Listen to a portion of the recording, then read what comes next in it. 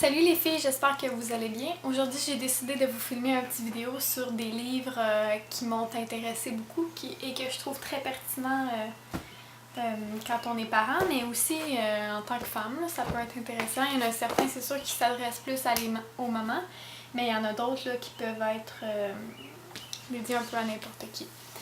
Donc, je vais essayer de faire ça vite parce que j'ai filmé une autre vidéo, mais il était vraiment trop long. Fait que je vais essayer de condenser. Premièrement, c'est des chroniques de Marcia Pilote, La vie comme je l'aime. Elle a fait des chroniques d'été, une chronique d'automne, une chronique d'hiver. Je sais pas si c'est celle de printemps, j'ai aucune idée. Moi, ça fait quasiment 2 ans, je pense, que je les ai lus. Mais le troisième que je me suis acheté, je l'ai pas terminé encore. En fait, je vais devoir le recommencer parce que je sais pas pourquoi j'ai arrêté de le lire, mais bon, j'ai arrêté. Fait que je vais vous lire la 4e page parce que je le trouve vraiment... c'est vraiment ce qui m'a attirée dans ce livre-là. Puis honnêtement, je pense que ça décrit très bien là, ce qu'elle veut nous montrer du livre en tant que tel. Donc voilà, ça commence comme ça. Imaginez un bref instant que vous puissiez échanger avec une amie à toute heure du jour et de la nuit. Le nom de cette amie, Marcia.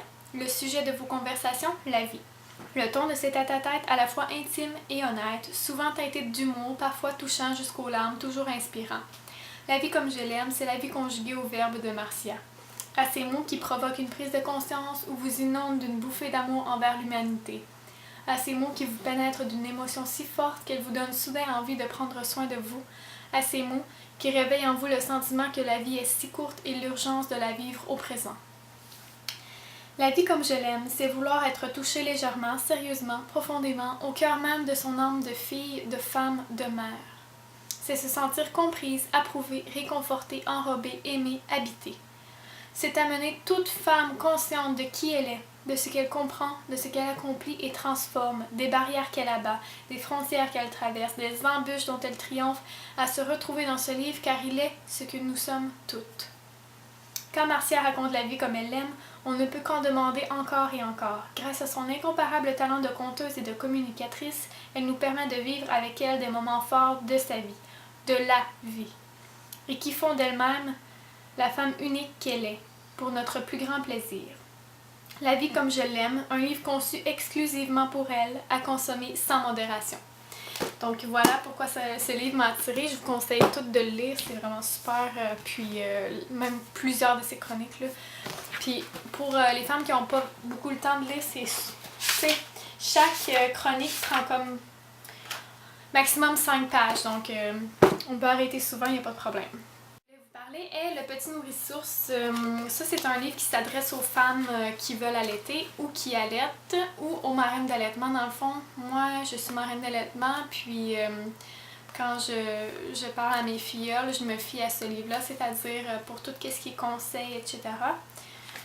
Donc, c'est vraiment un livre qui coûte pas cher, 6 $. Puis, c'est un très bon livre là, sur l'allaitement. Voilà. Ensuite, les petits trucs de Suzanne Vallière pour les enfants de 0 à 3 ans. Dans le fond, je vais vous lire pas beaucoup, mais juste un peu là pour vous montrer de quoi il s'agit. À quel moment le fœtus entre-t-il en contact avec nous? Dois-je laisser mon enfant pleurer la nuit? Comment l'habituer à dormir dans son propre lit? Est-ce un caprice de trop le bercer? À quel âge devrait-il être propre? Comment réagir devant ces crises? Bon, mais ce livre-là répond à toutes ces questions. Donc, si vous êtes intéressé, je crois qu'il est disponible pas mal partout. Je pense que je l'ai acheté au Archambault. Voilà. Ensuite, Bonne bouffe en famille de Geneviève Oglimène, qui est une nutritionniste. Ce livre-là déborde de recettes et bonne pour la santé. Puis, mes enfants les aiment, moi je les aime, mon chum les aime. Donc, c'est vraiment super. Puis, il y a de tout. Puis, les ingrédients coûtent pas cher à acheter. Donc c'est super. Ensuite de ça, je m'excuse, j'essaie d'aller vite là. Le livre de Nicholas Sparks, Le porte-bonheur. Je l'ai eu en cadeau, pas l'année passée, l'autre année d'avant. Puis j'ai vraiment aimé ce livre-là.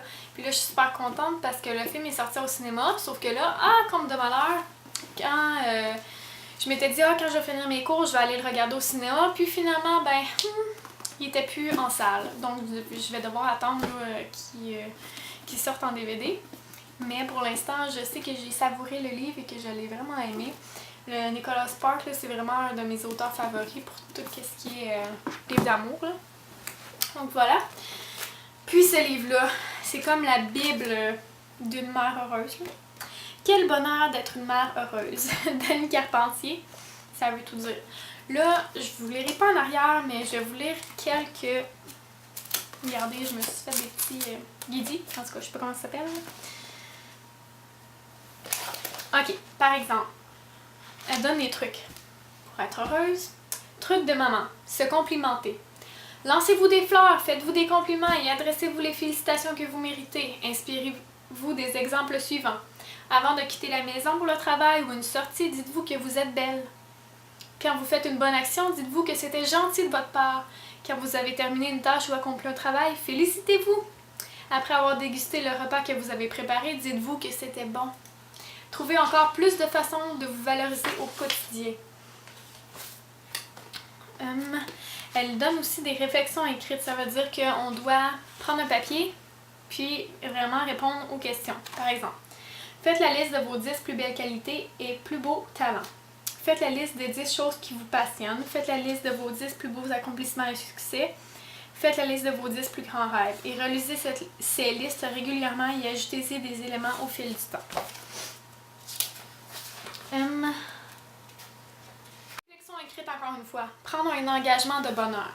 Pour vous aider à prendre au sérieux cet engagement avec vous-même, vous pouvez écrire un contrat d'engagement que vous signerez. Le relire régulièrement vous encouragera à poursuivre vos efforts et vous aidera à garder le cap sur l'atteinte de votre bonheur.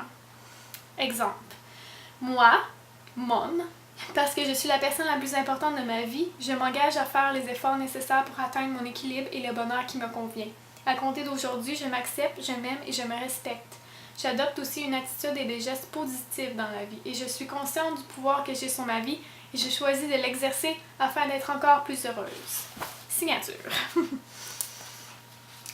Donc, c'est ça là, je peux pas tout vous lire parce que sinon ça serait vraiment trop long, là, mais... Ah, c'est tellement un bon livre, honnêtement, là. Il faut que vous lisiez, je vous jure. Même si vous aimez pas lire, là, c'est tellement un bon livre et on trouve plein de trucs. Dernier livre que je vais vous montrer. Bon, dernier livre que je vais vous montrer, c'est Les hommes viennent de Mars, les femmes viennent de Vénus, de John Gray. J'ai pas terminé la lecture. Je l'ai commencé il y a très longtemps, en fait, l'année passée, en même temps que Marcia, je pense, là, le livre de Marcia. Puis je l'ai arrêté parce que je pense que j'avais plus le temps là, mais je veux le relire parce que vraiment, des fois, ça me fait comprendre que les hommes et les femmes, on est tellement différents au sens où des fois, on dit quelque chose à notre homme, puis il prend pas de la même manière. Dans le fond, on dit quelque chose à notre chum, puis il l'interprète d'une autre façon. C'est pas... On dit quelque chose, c'est vraiment pas ce qu'on voulait dire, dans le sens que oui, nous on comprend qu'est-ce qu'on dit d'une certaine façon, mais eux le comprennent d'une toute autre façon, dans le fond. Je sais pas si je suis assez claire, mais en tout cas, ce livre-là m'a vraiment aidé là, à comprendre plus la différence de communication entre les hommes et les femmes, mais je l'ai pas encore terminé, mais j'ai vraiment hâte là, de recommencer la lecture.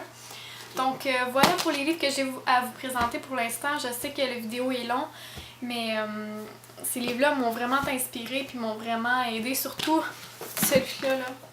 Quel bonheur d'être une mère heureuse. Je vous le dis, courez dans une librairie, allez le chercher ou à la bibliothèque ou quoi que ce soit, mais lisez-le ou dans une librairie, allez regarder, lisez quelques bouts puis je suis sûre que vous allez aimer ça.